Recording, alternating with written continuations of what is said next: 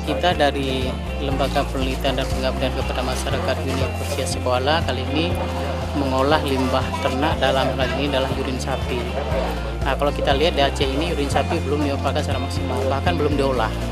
Padahal urin sapi itu bisa dijadikan sebagai pupuk cair. Karena itu coba kita beri pendidikan kepada masyarakat khususnya peternak untuk mengolah urin sapi itu menjadi pupuk organik cair, dalam singkatan adalah POC. Assalamualaikum warahmatullahi wabarakatuh, sahabat ternak dan mahasiswa sekalian. Hari ini kita belajar membuat pupuk organik cair dari urin sapi.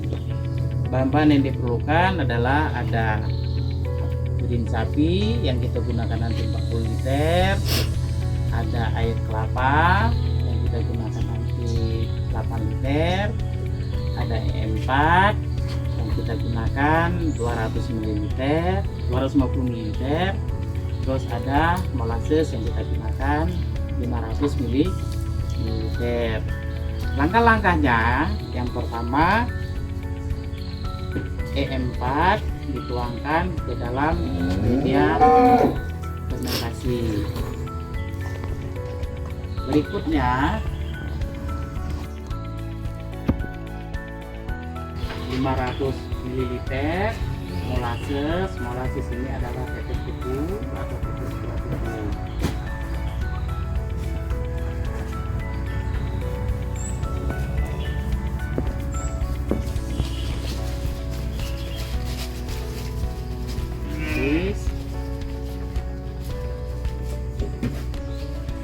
Berikutnya 8 liter air kelapa,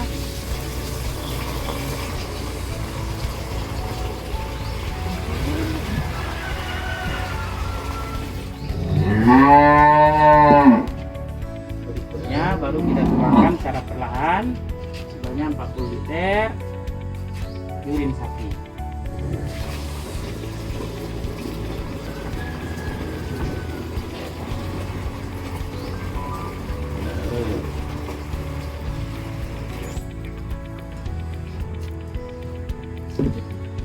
Kemudian kita aduk merata.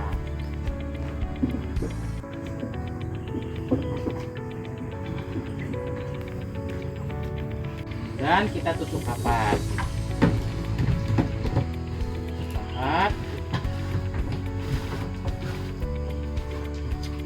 Selama 2 hari biarkan ditutup rapat. Hari berikutnya dibuka dan diaduk setiap hari selama 10 minggu.